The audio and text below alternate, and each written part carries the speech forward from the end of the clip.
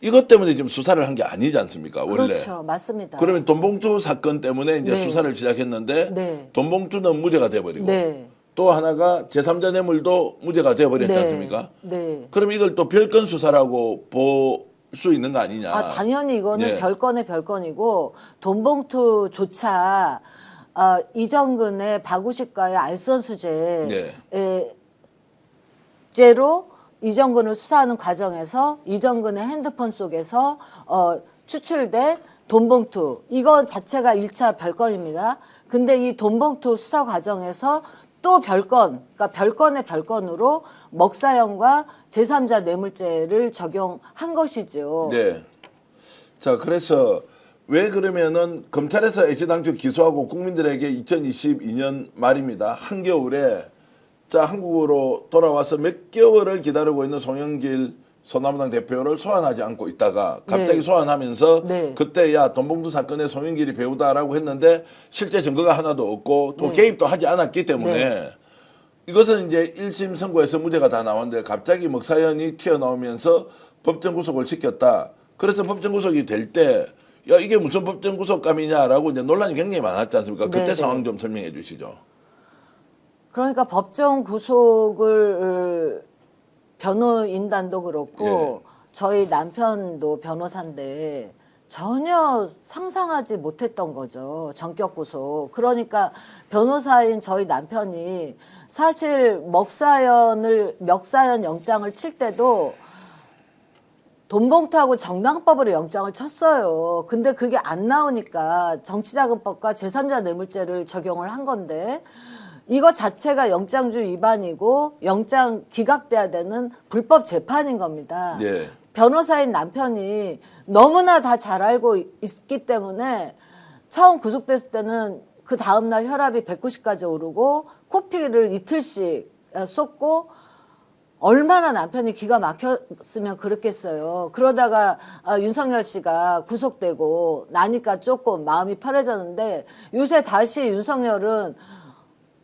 헌재에서 저렇게 파면까지 내린 윤석열은 구속 취소로 나가고 남편은 보석 신청까지 하고 실질 심사 그거 열었는데 지금 3주가 다 되도록 그 어떤 가타부타 판사님의 결정이 안 내려지고 있기 때문에 가족으로서 제가 너무 지금 송영길의 먹사연 그 후원금 먹사연 활동이 정책 연구임 정치 활동이 아니라 의원들의 의정 활동을 뒷받침하기 위한 정책 활동인 그 자료는 차고도 넘쳐요. 네. 근데 문제는 먹사연을 압수수색 검찰이 하면서 먹사연 컴퓨터, 먹사연 자료 모든 거를 다 가져가 가지고 지금 저희가 증거를 내는 것이 너무나 어려운 거예요. 네. 자료들은 다 흩어져 있고 남편은 그거 자료 하나 하려면 전화 한 통으로 그래 나 이거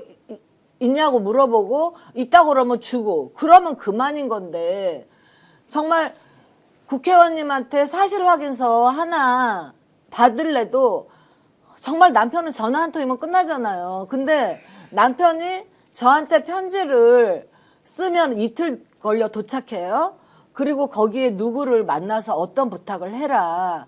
그러면 제가 그 사람을 만나고 그 사람은 또 의원님 보좌관을 만나고 의원님 보좌관은 의원님한테 또 보고를 하고 의원님은 이게 법정에 증거자료로 제출될 거기 때문에 변호사한테 또 확인 전화를 하고 한 가지 간단한 거를 하는데 너무나 많은 시간이 지금 소요가 되고 있는 상황에서 송영길의 피의자 방어권 침해가 너무 극심한 상황이에요. 자, 방어권 보장도 헌법에 저희들이 보장돼 있는 권리인데도 이것도 이제 못 받는다는 것이고 결국 지금 이제 구속된 사유도 석연치 않지만 재판 과정에서 방어권 보장이 되지 않는다. 그러면 이걸 어떤 식으로든 보석을 허가해 달라라고 이제 촉구를 했지 않습니까? 네. 국회에서 기자회견하는 장면도 있었고 네. 최근에도 법원 앞에서 또 보석을 네. 촉구하는 일종의 좀 그 일종의 기자회견 이런 것들을 이제 열고 있더라고. 저희들 자료 사진 준비했는데 자료 사진 띄우면서 좀 설명을 해주시죠. 지금 일단 보석을 요청하는 그런 일단 탄원서에는 참가한 분이 몇 분 정도 됩니까?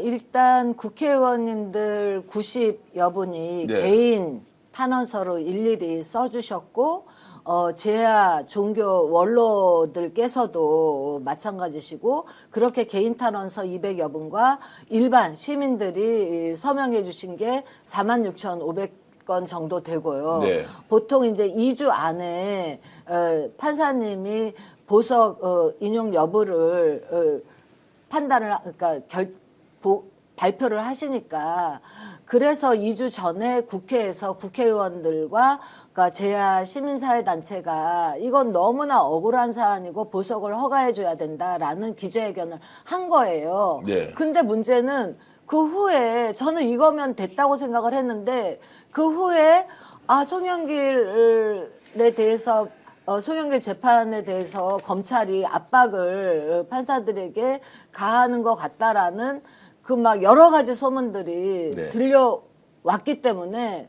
저로서는 그동안 송영길이 1심 재판 과정에서 구속도 그렇고 얼마나 검찰이 사건을 조작하고 거짓 증거를 만들어내고 송영길을 억울하게 구속시키고 이런 거를 생생하게 봐왔기 때문에, 2심 재판부에도 그렇게 하면 어떡하지? 이런 겁이 덜컥 나면서 제가 시민사회 분들에게 다시 긴급 요청을 드렸어요. 검찰청 앞에서 기자회견 좀 열어주세요. 그러니까 목요일 날 기자회견을 대검 앞에서 열었고, 그다음 우리 당원들은 금요일부터 남편이 나올 때까지 검찰청 앞에서 출근 시간에 1인 피켓 지금 예. 그 시위를 하고 있고요. 저도 급해서 대표님한테 연락을 취했던 거고요. 자, 이제 여쭤보겠습니다. 지금 이제 보석 신청을 했고 통상적으로 2주 정도 네. 걸리면 보석 여부에서 결정을 하는데, 네. 지금 재판부가 이렇게 미적되는 이유는 솔직히 뭐라고 생각합니까? 저는 남편을 통해서 이 정치 검찰에 정말 그 없는 제도 만들어서 기소하고 구속시키고 이 과정을 너무나 생생하게 봐왔기 때문에, 저는 판사님이 오로지 그러니까 이 보석을 인용할 것인지 말 것인지 언제 내줄 것인지 그거는 판사님의 재량이십니다. 예. 그럼에도 불구하고 제가 너무 걱정돼서 혹시라도 검찰이 압박을 가하는 건 아닐까라는 그러한 확신, 염려 때문에 제가 이렇게 속이 타는 실제로 거죠. 지금 재판부가 결정 못하는 것이, 자, 송영길 대표의 보석 여부에 대한 결정을 못하는 것이 검찰 쪽에서 압박을 행사하고 있는 것이다. 자, 수사 자체도 굉장히 불법적으로 이루어진 부분도 있다고 지금 이제 생각을 하시는 거고.